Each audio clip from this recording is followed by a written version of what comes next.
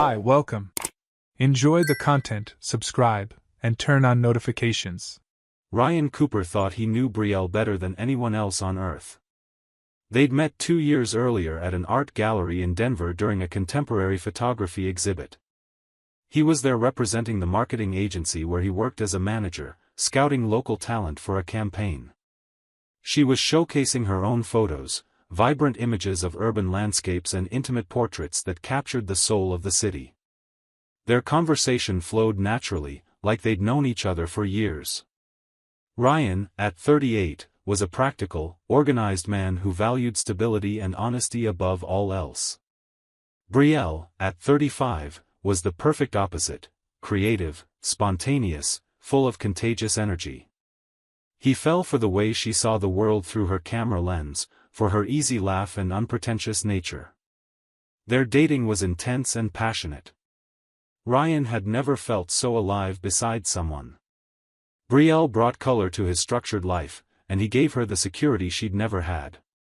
After a year and a half together, Ryan proposed during a trip to the Rocky Mountains at sunset, with a simple but elegant ring he'd carefully chosen. She said yes without hesitation, her eyes shining with happiness. Their wedding was a quiet ceremony in the garden of Brielle's parents' home, a traditional, religious family Ryan came to love. Their honeymoon in Hawaii was perfect, filled with promises of a bright future together. The first few months of marriage were exactly how Ryan had imagined. They moved into a cozy apartment in a quiet neighborhood in Denver, decorated with Brielle's photos on the walls and furniture chosen together. Ryan left early for work at the agency, managing campaigns for major clients, while Brielle worked from home editing photos and scheduling client sessions. Evenings were filled with home-cooked dinners, conversations about future plans, and the quiet comfort of being at ease with each other. Ryan had never been happier.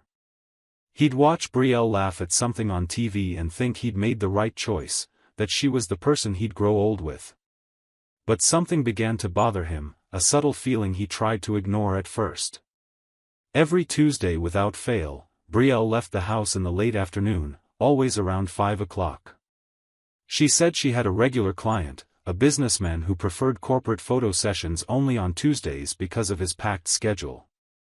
Ryan thought it was odd at first, but Brielle had always been a freelancer, so it made sense that she'd have clients with specific needs. He trusted her completely, or at least, he thought he did.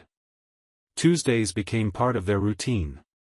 Ryan would come home from work, eat dinner alone or order takeout, and Brielle wouldn't arrive until 10 or 11 at night, always with an excuse about the client being a perfectionist or the session running late. She'd come home tired, take a quick shower, and go to bed. Ryan noticed she seemed distant those nights, but he blamed it on work exhaustion. The real suspicion began in a small, almost accidental way. It was a regular Thursday when Ryan decided to check the joint bank account they'd opened right after getting married. They'd agreed to use it for household expenses and savings, keeping separate personal accounts for individual spending. Ryan was reviewing statements to plan a weekend getaway when he noticed something strange. There were weekly cash withdrawals, always on Tuesdays, ranging from $200 to $300. Plus, recurring charges from a boutique hotel in downtown Denver showed up on the statements, always on the same date, Tuesday. Ryan frowned, his heart starting to race. Why was Brielle withdrawing cash and using a hotel every week? That didn't make sense for corporate photo sessions, which usually took place in offices or studios. He tried to find a rational explanation. Maybe the client preferred privacy and rented a suite at the hotel for sessions. Maybe she needed the money for equipment or something like that. But the more he thought about it, the less it added up. Ryan decided to ask her directly. That night, when Brielle came home, he showed her the statement casually, trying not to sound accusatory. "Honey, I noticed these hotel charges and the cash withdrawals every Tuesday. Can you explain?" Brielle looked at his phone screen, and Ryan swore he saw a flash of panic cross her face before she composed herself. "Oh, right. Those are work expenses with this regular client. He prefers doing sessions in hotel suites for privacy, and I use the cash to cover extra costs like transportation and gear. I'll reimburse myself eventually, it's just a matter of organization. The explanation sounded reasonable, but something in her voice, a slight tremor, an almost imperceptible hesitation, made Ryan's stomach turn. He didn't say anything else that night, but the seed of doubt was planted. In the days that followed, Ryan couldn't stop thinking about it. He watched Brielle more closely, searching for signs, anything that would confirm or ease his suspicions. She seemed normal, even affectionate, but there was an emotional distance he couldn't ignore. On Monday night, Ryan made a decision. He needed to know the truth, even if it meant confronting something that could destroy everything they'd built. On the following Tuesday, Ryan left work early, telling his boss he wasn't feeling well. He parked his car on a side street near their house and waited. At 5:10, he saw Brielle leave, wearing a stylish top and dark jeans, carrying only her purse, no camera gear. Ryan's heart pounded. He followed her discreetly, keeping enough distance to stay unnoticed. Brielle drove straight into downtown Denver, navigating busy streets until she pulled up in front of the boutique hotel listed on the statements. Ryan parked a few spaces away and watched. She walked into the lobby with confidence, like someone who knew the place well. Ryan waited a few minutes, his mind racing through possibilities, each worse than the last. Then he saw a man arrive, tall, clean-shaven, wearing a leather jacket and jeans. The man checked his phone, looked around, and walked into the hotel. Something about the way he moved, the familiarity with which he carried himself, made Ryan's blood boil. He got out of the car, crossed the street, and stepped into the lobby. The place was sophisticated, with soft lighting and minimalist decor. Ryan approached the front desk, where a young receptionist greeted him with a professional smile. He improvised quickly, pulling together every ounce of charm he had. "Hi, my wife checked in a few minutes ago. Brielle Cooper. I was supposed to meet her, but I forgot the room number. Can you help?" The receptionist hesitated for a moment, but Ryan's wedding band and confident tone convinced her. "Of course, sir. Room 312, third floor." Ryan thanked her and headed for the elevator, each step feeling like he was walking toward an inevitable explosion. On the third floor, he found the room and stopped in front of the door. He took a deep breath, closed his eyes for a second, and knocked. Footsteps approached from the other side, and then the door opened. Brielle was there, wearing a white hotel robe, her hair loose over her shoulders. When her eyes met Ryan's, the color drained completely from her face. She froze, mouth slightly open, unable to speak. Ryan gently pushed the door and stepped inside. The suite was spacious, with a perfectly made king-sized bed in the center, half a bottle of wine on the table, and clothes scattered across a chair. And there, sitting on the edge of the bed, was the man Ryan had seen enter minutes earlier. He froze too, eyes wide with shock. Ryan looked from Brielle to the man and back again. "So this is it," he said, his voice strangely calm, almost expressionless. "The regular client. Tuesdays. All of it." Brielle finally found her voice, but all that came out was a trembling whisper. "Ryan, I can explain." He laughed, a dry, bitter sound. "You can explain? Seriously, Brielle? You're here, in a hotel room, with another man, and you think there's some explanation that's going to make this okay?" The man on the bed stood up, hands raised in surrender. "Dude, I didn't know she was married, I swear." "She never mentioned," Ryan cut him off with an icy stare. "Don't lie to me. You know exactly who I am." He turned to Brielle, who was shaking, tears starting to stream down her face. "Who is he, Brielle?" She swallowed hard, her voice breaking. "It's Connor. My ex-fiancé." Ryan felt like he'd been punched in the stomach. Connor. He knew that name. Brielle had mentioned it casually years ago, that she'd been engaged once, but the relationship ended badly and she'd moved on. Ryan never imagined moving on meant meeting her ex every week in a hotel. Your ex-fiancé, Ryan repeated, his voice rising. And how long has this been going on? Brielle didn't answer right away, her eyes fixed on the floor. Ryan took a step toward her. How long, Brielle? 6 months, she whispered, so softly Ryan almost didn't hear it. He reached out to me 6 months ago, and I couldn't say no. Ryan felt the world spin. 6 months. That meant she'd been seeing Connor before they even got married. She'd walked down the aisle, said her vows, promised fidelity, all while keeping another man hidden in the shadows. You cheated on me before we even got married, Ryan said, the reality crashing over him like an avalanche. You knew what you were doing and married me anyway. Brielle collapsed into sobs, covering her face with her hands. I'm so sorry, Ryan, I swear I am. I didn't have the courage to call off the wedding, my family was so happy, and I still have feelings for Connor. I can't control it. Connor, who had stayed silent, finally spoke, his voice defensive. Look, man, I really didn't know she was married. She told me you two were just engaged, that you hadn't officially tied the knot yet. Ryan pulled out his phone and opened the photo gallery. He found a picture of them on their wedding day, Brielle glowing in her white dress, and turned the screen toward Connor. That look like an engagement to you? Connor paled even more, speechless.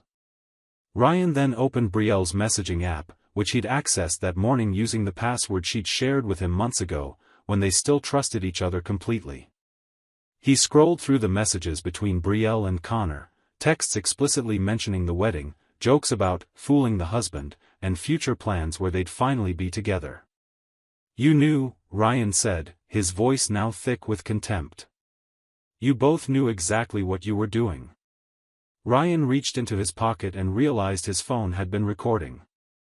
He'd instinctively turned on the audio recorder before walking into the room, an impulse to preserve the truth. Now he had Brielle's confession captured in sound. You know what's funny? Ryan said, walking to the window and looking out at the city below. I came here today thinking I'd find something bad, but hoping I was wrong. I desperately wanted to be wrong. But here we are. He turned back to face them. And the worst part, Brielle, isn't even the cheating. It's the fact that you had so many chances to be honest with me. Before the wedding, after, at any point in these 4 months. But you chose to lie. Every single time. Brielle tried to step closer to him, hands outstretched. Ryan, please, we can talk about this at home. We can try to fix this. No, he interrupted, stepping back. There's nothing to fix. You made your choice, week after week, every Tuesday. And I made mine this morning. Brielle stopped, confused. What do you mean? Ryan pulled an envelope from the inner pocket of his jacket. This morning, before I came here, I already had a strong suspicion of what I'd find. So I went to a divorce lawyer and started the process.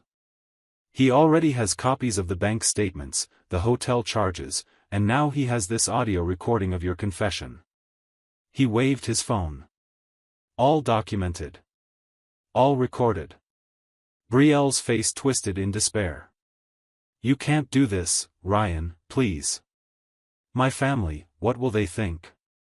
My mom will, your mom already knows, Ryan said, watching Brielle stagger as if physically struck. I sent the evidence to her this afternoon, before I came here. I thought she deserved to know what kind of daughter she raised. Brielle let out a choked cry, her legs giving out, and she sank onto the edge of the bed, sobbing uncontrollably. Connor tried to put his hand on her shoulder, but Ryan silenced him with a glare. Take your hand off her. You've done enough damage. Connor pulled back, clearly frightened by Ryan's intensity. Look, I'm out of here, okay? I don't want any trouble. Too late for that, Ryan said coldly. You'll be named in all the divorce documents. And if I find out you keep seeing her, I'll make sure your reputation is destroyed too. Don't test me." Ryan walked to the door but paused and looked at Brielle one last time. "You know what hurts me the most? It's not losing you. It's realizing the person I loved never really existed. You're a lie, Brielle. A well-packaged lie, but a lie all the same." He opened the door and walked out, closing it behind him with a final click. In the hallway, Ryan allowed himself to breathe for the first time since stepping into that room.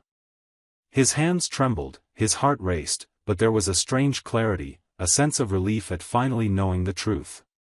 He went downstairs, past the front desk, and stepped out into Denver's cold night. The icy air burned his lungs, but he welcomed the sensation, as if he'd woken up from a nightmare.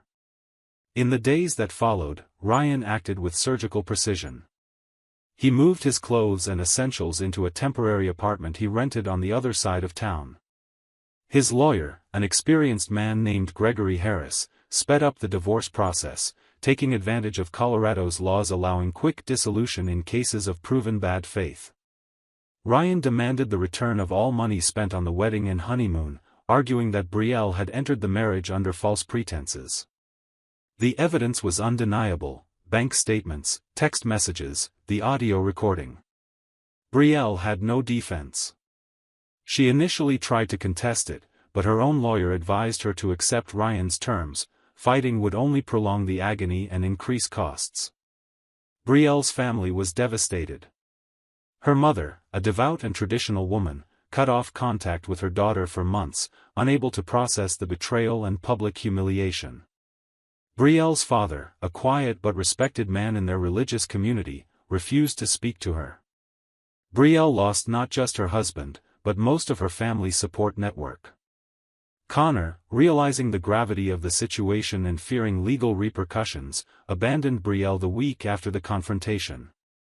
He blocked her number, switched gyms, and avoided any place they might cross paths. Brielle was completely alone, dealing with the consequences of her choices. Her photography career suffered too. Rumors about the affair spread quietly through social circles, and several clients canceled contracts, unwilling to associate their brands with personal scandals. Ryan, meanwhile, threw himself into rebuilding his life with unwavering determination.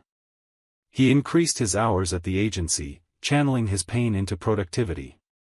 His superiors noticed his renewed dedication, and 3 months after the separation, Ryan was promoted to Director of Marketing, a position he'd been aiming for years. The temporary apartment became permanent, and he decorated it minimally, reflecting his desire for simplicity and authenticity. He started attending weekly therapy, working through the betrayal, the anger, and eventually, forgiveness, not of Brielle, but of himself, for not seeing the signs sooner. His therapist, Dr. Alan Mitchell, helped him understand that the betrayal wasn't a reflection of any failure on his part, but of Brielle's choices. Ryan also rediscovered old passions. He returned to running the trails in the Rocky Mountains every Saturday morning, something he'd given up during the relationship. He joined a book club and started attending marketing industry networking events, expanding his professional and social circle. For the first time in years, Ryan felt free, not bound by expectations or a false image of marital perfection that had never been real. He went on casual dates with a few women, but without rushing into anything. He'd learned to value his own company, to find peace in solitude. 6 months after the hotel confrontation, the divorce was finalized. Brielle signed all the papers without contesting, returning the wedding money in installments that would drain her finances for months. Ryan received the official confirmation via email on a Friday afternoon. He looked at the document, feeling a mix of relief and melancholy. A part of him, the part that still remembered the good moments, felt a pang of sadness for what could have been. But the larger part, the rational, strong part, knew he'd made the right choice. He filed the document, closed his laptop, and went for a walk around the city. The sun was setting over Denver, painting the sky in oranges and pinks. Ryan stopped at a cafe he used to frequent before meeting Brielle, ordered a cappuccino, and sat on the sidewalk, watching people pass by. There was a lightness in his chest he hadn't felt in a long time. A year after the confrontation, Ryan was in a radically different place. He'd moved into an even better apartment with a view of the mountains. His career was thriving, with several high-profile projects under his leadership. He'd traveled alone for the first time, spending 2 weeks exploring Iceland, a trip he'd always wanted to take but never had the courage for. He started dating a woman named Emma, an architect he met at a charity event. She was kind, transparent, and didn't carry the shadows of a deceitful past. Ryan wasn't in love yet, but he was open to the possibility, something that had seemed impossible months ago. He'd learned to trust again, but with his eyes wide open, paying attention to signs, never again ignoring his instincts. Brielle, he learned through mutual acquaintances, had moved to a smaller town in Colorado, trying to start over far from shame and judging eyes. She'd lost contact with most of her friends and was still trying to rebuild her relationship with her family. Connor, Ryan found out, had started a new relationship and never mentioned Brielle again.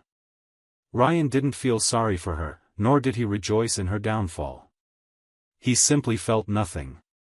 She'd become a footnote in his story, a painful but necessary lesson. Ryan had learned that love without honesty is a farce, that trust is the foundation of any real relationship, and that personal dignity must never be bargained away. He'd learned that starting over, no matter how terrifying, is always better than living a lie. And then, one ordinary night, while eating dinner alone in his apartment, Ryan realized he was genuinely happy. Not the false happiness he'd felt during the marriage, but a solid, steady joy built on truth and self-awareness. He toasted himself with a glass of wine, silently thanking the Tuesday when he decided to follow Brielle, the courage to confront the truth, and the strength to rebuild his life from scratch. He'd come out the other side stronger, wiser, and ready for whatever the future held, with his feet firmly planted in reality. Thank you for watching the video. If you enjoyed it, don't forget to subscribe to the channel and turn on notifications so you won't miss any updates. See you next time.